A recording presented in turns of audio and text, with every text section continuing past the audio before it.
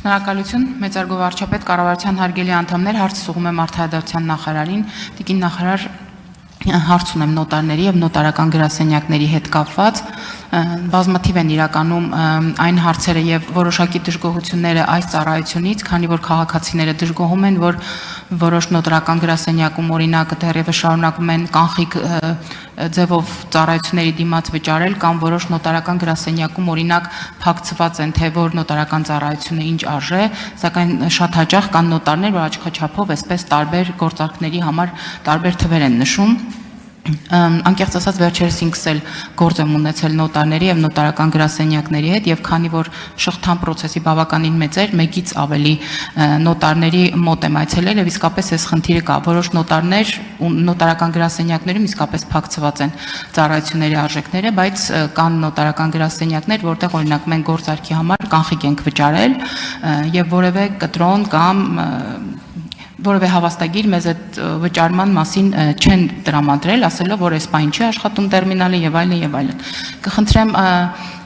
ձեր արձագանքը այս ամենին, գուցե մենք չգիտենք, արդյոք պարտադիր է նոտարական գրասենյակներում այս ծառայությունների մատուցման գները փակցնելը, թե իրականում սա նոտարների որոշման տիրույթում է։ Հարցին կպատասխանի Արդարադատության նախարար Սրփոյ Գալյանը։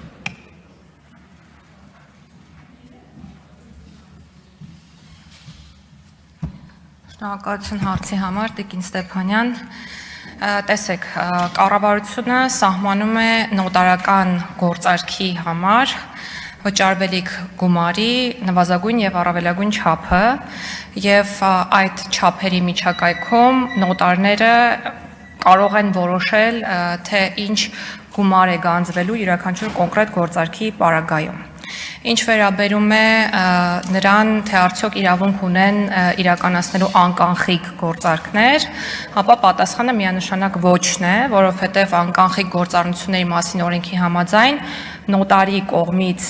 մատուցվող ծառայությունների դիմաց վճարվող գումարը, նոտարական գործողությունների համար վճարվող գումարը, ինչպես նաև նոտարի կողմից գանձվող տուրքի գումարը պետք է վճարվի անկանխիկ եղանակով։ Հաջորդ հարցը վերաբերում էր նրան, արդյոք պետք է փակցնեն ծառայությունների արժեքները, թե ոչ,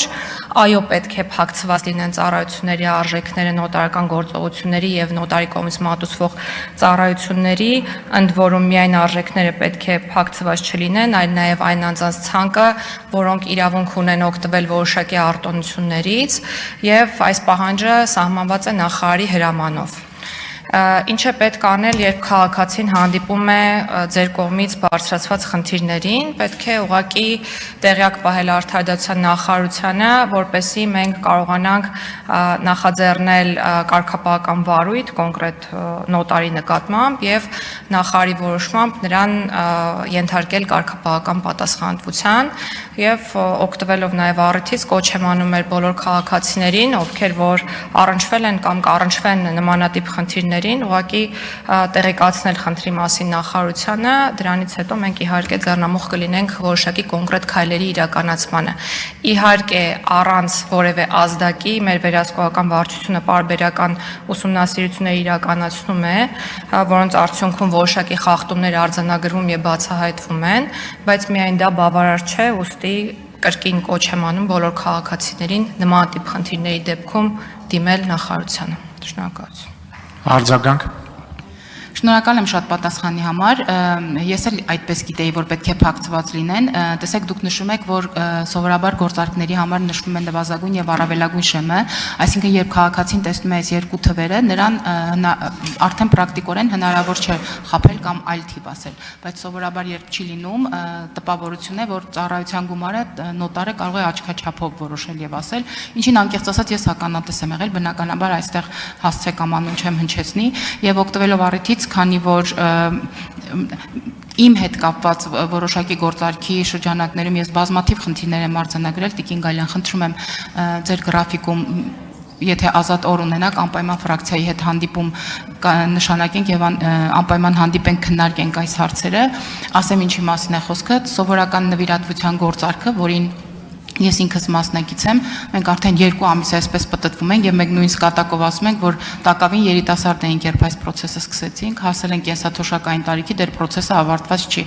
Այսօր նաեւ իմ գործընկերներից մեկը խոսեց ընթացակարգերի մասին, ես կարծում եմ, որ իհարկե գուցե ավանդաբար հնից եկել են ինչ-որ ընթացակարգեր երկարատև, բայց թվային աշխարհում մենք ուղղակի պետք է վերանայենք այս ամենը։ Շնորհակալ եմ։ Շնորհակալություն, կարող եմ արձագանքել։ Շնորհակալություն, հանդիպել, քննարկել, միանշանակ պատրաստ ենք, յուրաքանչյուր խնդրի վերաբերյալ առանձին խոսակցություն ունենալուն եւս պատրաստ ենք։ Ինչ վերաբերում է process-ի երկար տևելուն, ապա ներկայում դրանք կարծում եմ, որ եզակի դեպքեր են, բայց ապագայում շատ մոտ ապագայում մենք կունենանք ձեր կողմից մատնանշված թվային գործիքները եւ i-նոթրի թվային գործիքը արդեն արժանացել է թվայնացման խորհրդի դրական գնահատականին եւ մենք հիմա տեխնիկական առաջադրանքի մշակման փուլում ենք եւ ապագայում մեր քաղաքացիները հնարավորություն կունենան հեռավար կարգով կնքել նոտարական գործարքներ։ Այսինքն մենք անում ենք ամեն ինչ միտված մեր քաղաքացիների կյանքի հեշտացմանը։